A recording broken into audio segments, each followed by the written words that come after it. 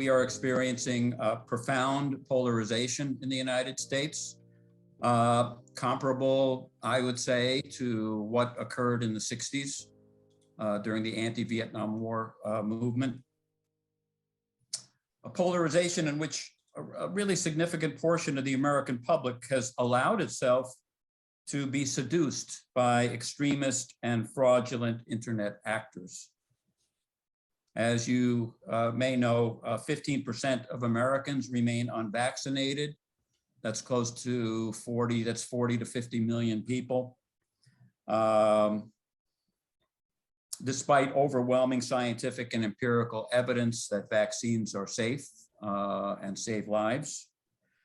And 25% of Americans still believe in the so-called big lie that Donald Trump is our true president. Now, there's been a lot of finger pointing coming from the academy, from the left, from progressives, a lot of condemnation of all of this, but not a lot of self-reflection. Little curiosity about our role and responsibility for the current situation as educators. Because when you think about it, all of these folks have been educated in our schools. And so why have they been so easily seduced by these fraudulent claims? Does it not, if not a failure of our educational system, certainly suggests that we need to take a good look at how we've educated people and think about ways to improve that education. We have to respond. The situation requires, I believe, a thorough reevaluation of our entire educational system at all levels and in all disciplines. For us in the academic humanities, it should mean a complete review and renewal of what we do and how we do it. And I believe that fundamental to this assessment has to be a new understanding of our relationship to what John Dewey, famous American pragmatist philosopher, once called the public and its problems. And this is what I'd like to talk to you about this evening. And I'm going to begin a little bit unconventionally with a little bit of biography, just to tell you a little bit about myself and how I got so deeply involved with the public humanities. First of all, I was the first in my family to go to college. My grandparents were immigrants from Russia. My parents both had high school educations. I was the first to go to college. And you know, for a lot of people for whom that's the case, we tend to, you know, have a pretty good grasp of the non-academic world. And we try to straddle those worlds. You know, the world of my parents, the world of those who haven't gone to college is very real to me and always has been. So I think it, you know, in a way it started that way.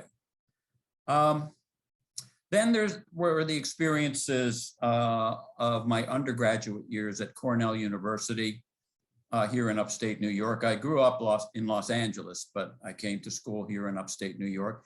And this will date me. I went to Cornell during the anti-war years of the late 60s and early 70s, and I got very deeply involved in that anti-war movement, to the point that I joined a left-wing organization, and upon graduation, I moved to Chicago, and I spent 6 years working in different factories in Chicago doing labor organizing, and also trying to win workers over to democratic, the ideas of democratic socialism.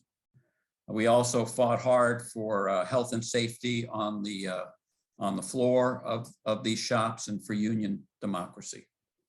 And I got a chance to hang out with, live among working people. And I grew to, you know, really respect them and understand that they were highly intelligent, even if they weren't trained in academics. And so I've always felt a connection to those constituencies. When I went to graduate school at the University of Chicago, I went during a time of great upheaval. When I was a student at Cornell, going back to Cornell for a moment, I took English classes that were taught from the point of view of the new criticism. I don't know if you're familiar with the new criticism, but it was the dominant form of literary analysis, really up through the 1970s. You know, and in the new criticism, you really had to stick to the text, and you weren't encouraged to bring in anything else besides what you read about in the text. And as you can imagine, me and my fellow students were deeply involved in the swirl of activities, social and political, that were affecting the country and the world at the time. And we wanted to talk about the relevance of the literature we were reading to our own lives. And we were forbidden from doing that. And so, you know, that's always stayed with me. That almost requirement that you had to separate what was going on in the classroom from what was going on outside the classroom and outside the institution.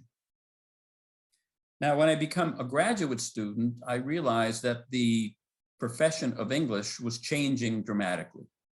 So the new criticism, and you probably all know this by now, the new criticism gave way in the 60s and 70s and on into the 80s to a whole range of literary theories and methodologies that allow you as students and us as readers to raise just about any question we want to when it comes to reading and interpreting literature.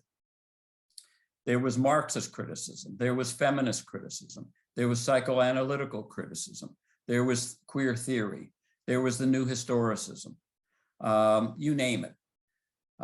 And it really opened up literature to a whole range of questions, and it encouraged us to at least think about literature's connection to the wider world.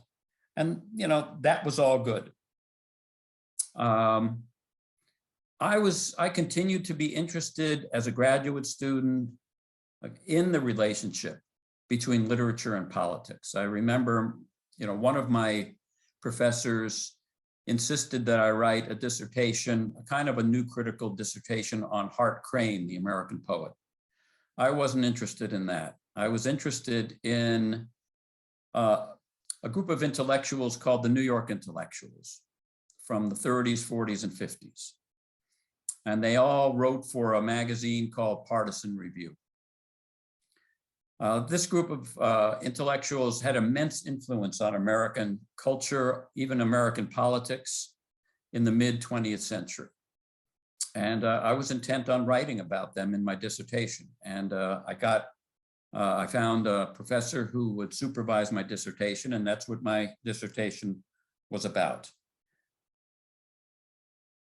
As a young professor, my first teaching job was at Princeton University.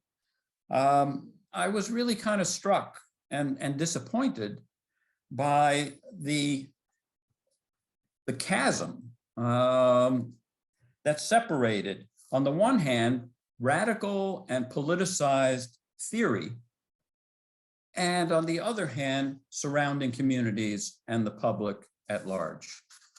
That is to say, there were lots of theories, and many of them had radical political implications, but nobody was really going off campus and engaging with the larger issues and a larger audience at all.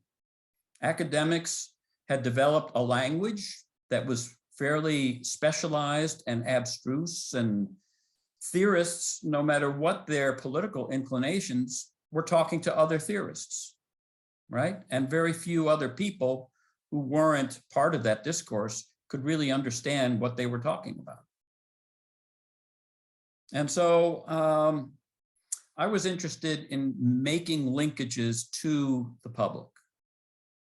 And the result was after my first book, Renewing the Left, Politics, Imagination, and the New York Intellectuals, my second book was The Word on the Street, which you've read a couple of chapters from. And basically, to put it in a nutshell, this book was intended to get English professors off their butts and out into the community and addressing the public and the issues that the public itself was confronting. And that book was followed by Conversations about Beauty with Ordinary Americans. And in that book, I went out into the surrounding community and had long conversations with about 15 different people about the role of beauty and the role of aesthetics in their lives. And these conversations were very revealing. First of all, people hardly ever talked about this issue, in their own private lives. I asked them, what in their lives do they consider beautiful? How were they brought up? How were they educated to appreciate this kind of beauty? What was it like experiencing this beauty? I talked to, by the way, guys who fix up old cars, women who knit, ballet, my daughter's ballet teacher, other store owners, a labor organizer. And I asked them, what is it like? What does it feel like to be in the presence of something beauty? Describe it, describe the experience. And I also asked them, what are the effects of this experience? Do these experiences make you a more moral person, better person, ethically? Does it make you a better citizen or not? Are these experiences religious or spiritual in any way? So these are the things that the subjects of my book talk about. And I think it opens up a whole world of aesthetic experience that we hardly ever talk about. Again, the media only talks about beauty when it comes to celebrities, consumer products and their design, et cetera, but not the more personal encounters with beauty that we each have and that make our lives meaningful. So as a young professor, I wrote these books, and partly, it was a response to the challenges that I was encountering as an English professor, interested in making connections to the public. So I spent a lot of time studying the history of professionalization. How did we arrive at this situation where we seem to be rather separate from the general public? And I found out that back in the 1880s in the United States, you had the rise of the university based upon the German model of the research institution. The first school to go in that direction was Johns Hopkins University in Baltimore, Maryland. And the person who engineered this was a professor by the name of Daniel Coet Gilman, who was president of the university at the time. And so in order to establish sort of professional credentials, universities in this country had to distinguish themselves from mere amateurs. And whereas once the university was the basis for lectures and talks and poetry contests and other kinds of events that would involve the public, that tended to dry up over the course of the next 10 years or so. And it really consolidated, ironically, that separation consolidated itself, ironically, in the 70s and 80s with the rise of theory. Because in the mid-20th century, you still had lots of academics who could also be public intellectuals in the United States. Many of the New York intellectuals, who I've already briefly talked about, they taught in the university. They were given teaching positions. in the universities. Nowadays, that's really quite different. I'm not suggesting we don't have public intellectuals anymore, or that it's impossible for academics to reach a wider audience, but it's not particularly encouraged, and it's hardly ever rewarded. It's very rare in the United States that you have academics who are willing to go out into the public, out into the community, and develop research projects and write books about what they find them. One example, one exception was a book that Janice Radway wrote back in the 1980s called Reading the Romance. And she spent a couple of months with women in the Midwest who are romance novel fans. And she really explored what effects these books were having on these women, and why these women were so interested in reading these romances. Many of these romances were pretty retrograde when it came to feminist issues and equality for women.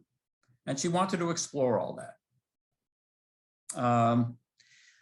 Another example of the problem was a book called Songs of Ourselves, which was a whole book about the public experience with American poetry, the role that American poetry has played in public in the United States in the 19th and 20th centuries. That book was not written by an English professor, it was written by a historian.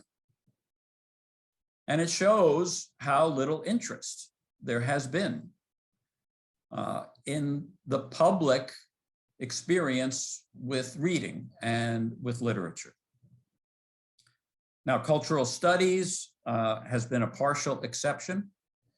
There have been humanists who have gone out into the public to discover the meaning of popular culture to ordinary people.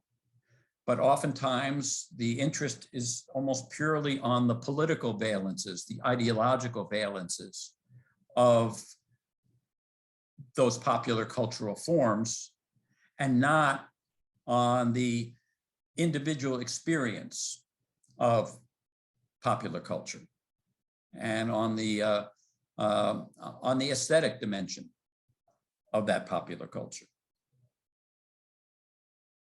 So this set of this situation, really, this neglect of the public, did lead to new initiatives, such as the formation of the organization called Imagining America, which was formed during the Clinton administration in the 1980s. And there are about 75 schools, colleges and universities that are members of Imagining America.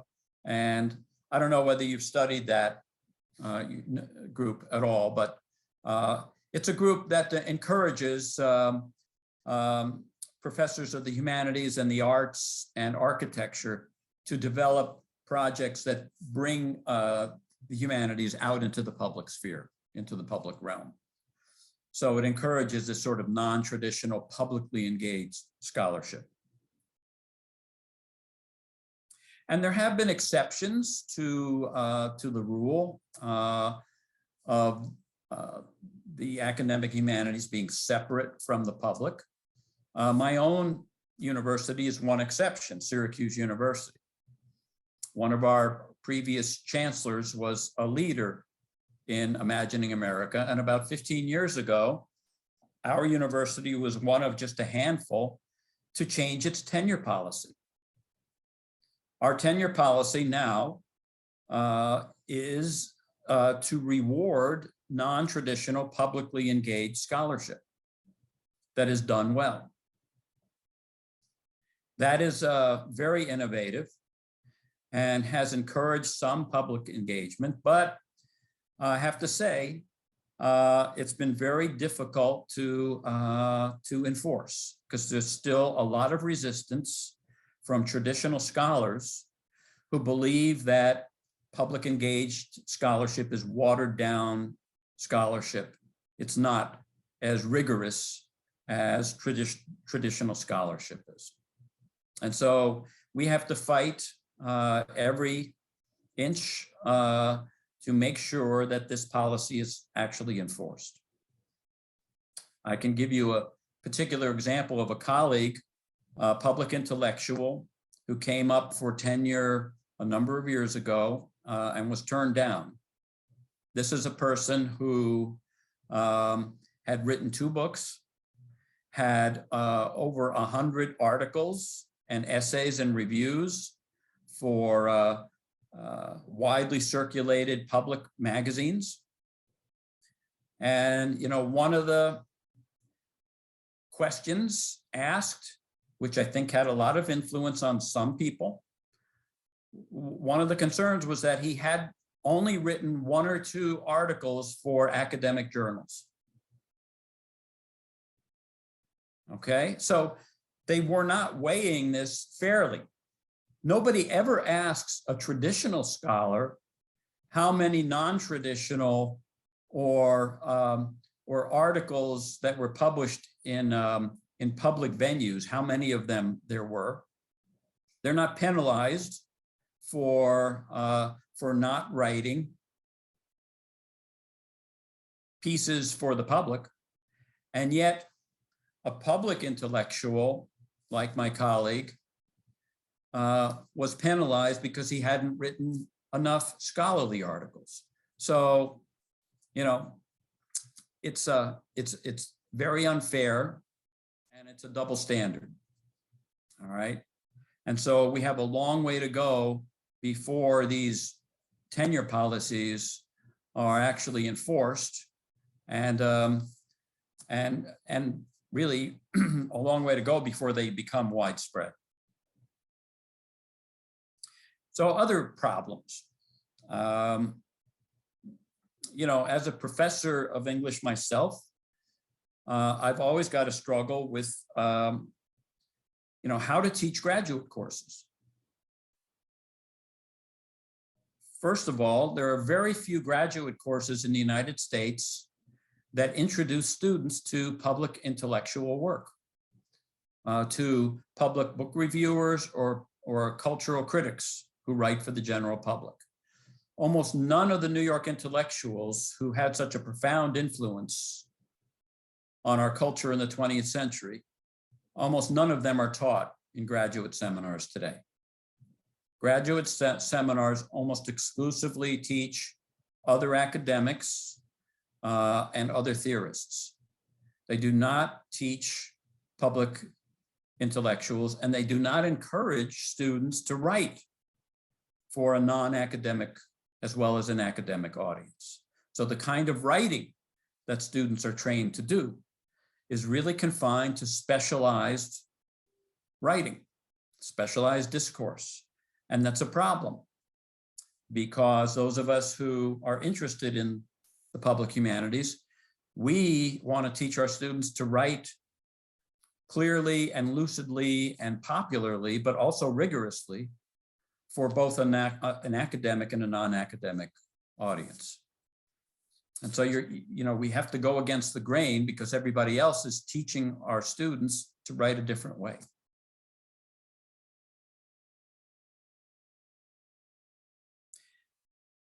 Dissertations are risky for young scholars. Dissertations that are based on non-traditional subject matter.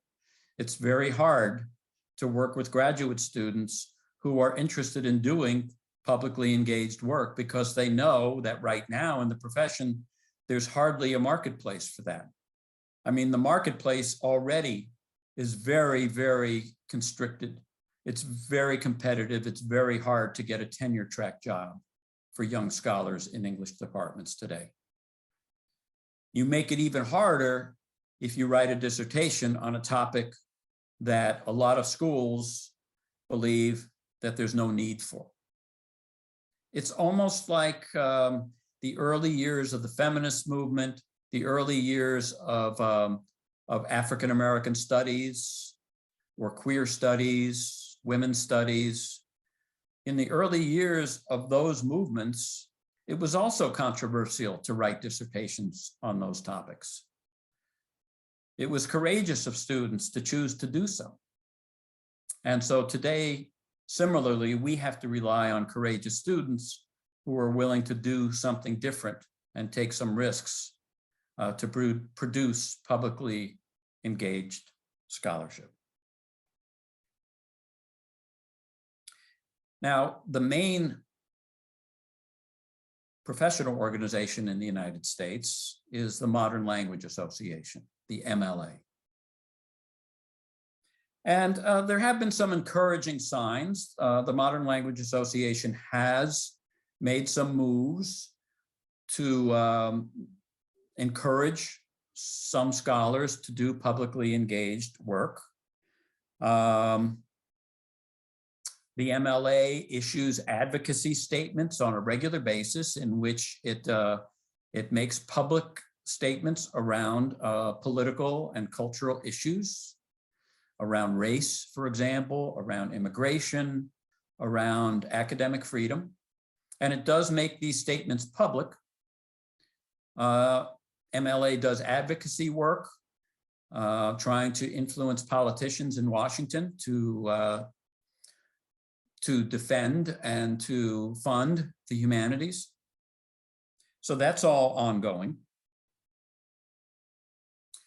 And the MLA has created a new publication called MLA Commons, which is sort of an online journal that does give scholars an opportunity to talk about some of these issues. Unfortunately, you have to be a member of MLA to gain access to MLA Commons. It is not publicly available.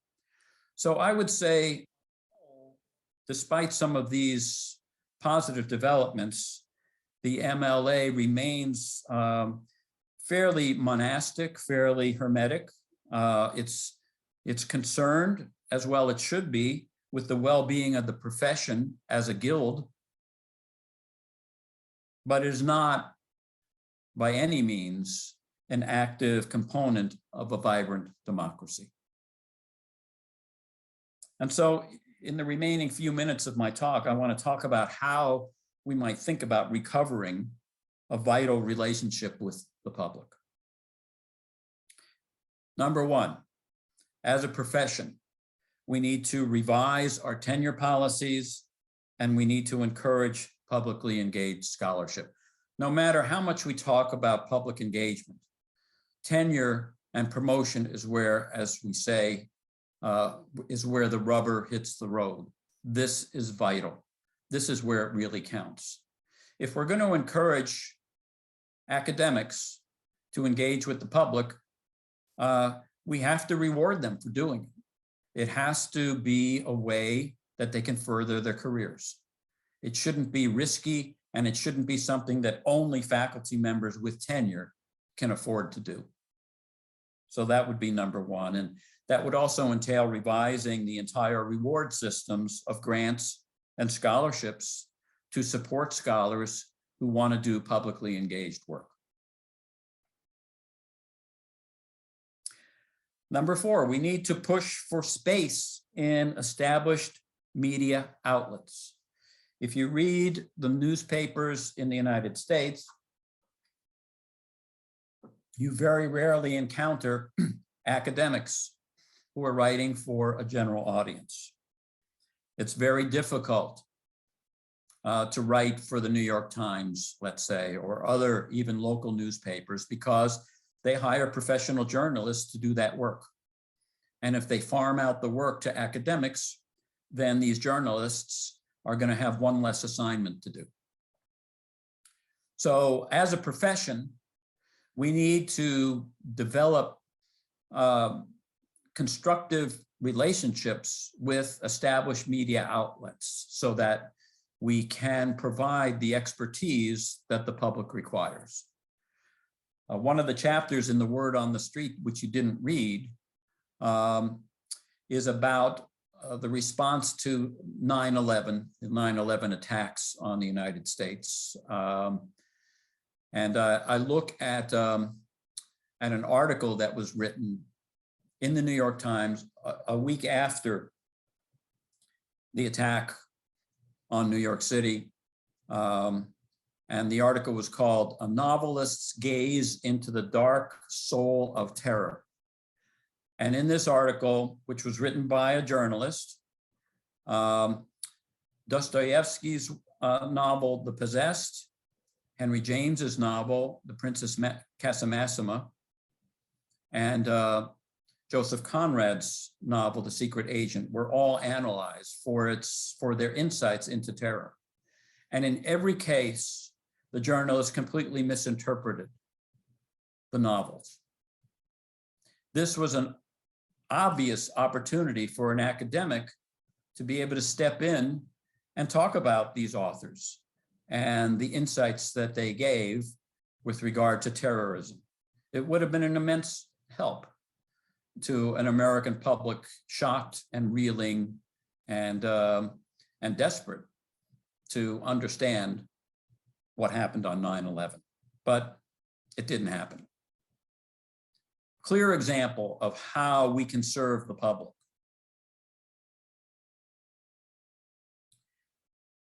Number 5, we need to create a national public radio station sponsored by the MLA, along with other professional organizations that represent historians and economists and sociologists, anthropologists.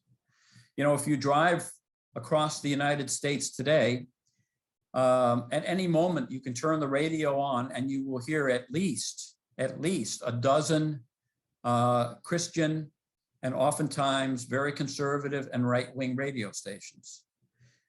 The only radio station that will present alternative perspectives and take ideas and culture somewhat seriously is NPR, National Public Radio. That's it. To me, it's shocking that academic humanists have not tried, at least, to develop their own media and their own means of reaching out to the public. No one, as far as I know, has taken it seriously. But it is a beautiful opportunity for us to share our expertise with the general public and give them an opportunity to listen to what we have to say on radio in every part of the country. A 6th suggestion would be to create close relationships with K through 12 teachers and their classrooms in the surrounding communities, kindergarten to 12th grade. That is to say, grammar schools, middle schools, and high schools. Okay. I've done a lot of this during the course of my career. I teach a course just about every year called The Holocaust in American Literature. And I give my students an opportunity at the end of the semester, instead of producing a traditional 10-page interpretive essay, they can work together to develop presentations on the Holocaust that they deliver to local high school classes. And I have connections to local high school teachers, and they invite my students in. And these presentations have been extraordinary. My students are very adept at using technology, PowerPoint, videos, graphics, to present their material in dynamic ways. And every one of these presentations has been very powerful and very meaningful, not just for the high school kids, but also for my students. Many of them report that these presentations have been highlights of their college careers. And presentations they'll remember for many, many years to come. Imagine what would happen if every upper division undergraduate course in the humanities in the United States would offer these kinds of options to its students. We would have thousands, maybe even tens of thousands of such efforts, creating a powerful connection between higher education and the high schools and even middle schools of the country. This would be an extraordinary improvement in the outreach that the profession makes toward the general public. Another project that I did with an American poetry class years ago, we called it Poetry Palooza. We went to the local mall and we got an appliance and electronics store called Best Buy to bring out its refrigerators into the center of the mall. And we invited the public to write poems on the refrigerator doors with magnetic letters. And they all wrote poems, and we wrote the poems and we gave prizes to those who wrote the best poems. It was an enormous success. Members of the public just loved it. And it gave my students an opportunity to actually judge the quality of the poems that they were receiving from the general public. And so projects like this, can be developed all over the country, and groups like Imagining America and For Humanities are already sponsoring dozens of such projects. So it's not like it's not happening now, but it's not happening on anywhere near the scale that we need it to happen. Number 7, we need to coordinate with others to intervene in online websites, community meetings, et cetera, where a lot of this disinformation is being promulgated. I mean, this is a huge problem and the scale is enormous, but with dedication, we have a lot of resources in higher education in the United States. If we could work with artists and scientists, social scientists, as well as humanists, to intervene on these websites, interrupt them, and offer alternative viewpoints, not to mention developing websites of our own, we could make a huge difference in American culture today.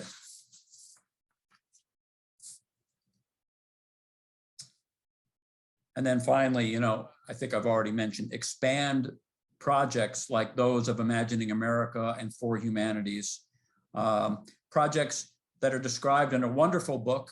I don't know if you've encountered or made mention of a book called The Work of Art in the World, Civic Agency and Public Humanities by Doris Sommer. Terrific book. And she describes dozens of really exciting projects, not just in the United States, but all over the world. So let me close. I'll spend the next couple of minutes talking about some of the dangers of this kind of work. I'm well aware of the dangers. There's the danger of politicization. There's the danger of attacks from the right. Many of those attacks have influence on politicians. They come from politicians, and it could result in defunding of the humanities and a further shrinkage of the humanities. These are real dangers. And I believe we have to be absolutely scrupulous in the public humanities about not overly politicizing our work. And this, I can't emphasize this enough.